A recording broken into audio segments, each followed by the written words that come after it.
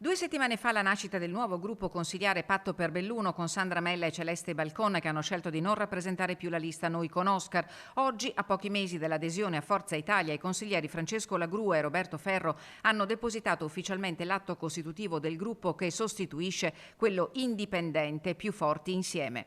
Lagrua e Ferro, con il coordinatore provinciale degli Azzurri Dario Scopella e il coordinatore cittadino Leonardo Colle, hanno incontrato il sindaco De Pellegrin, ma al momento neppure il confronto ha consentito ai 2 consiglieri di partecipare alle riunioni di maggioranza, nemmeno come uditori, tanto che mercoledì scorso i 2 esponenti di Forza Italia non sono stati neppure invitati.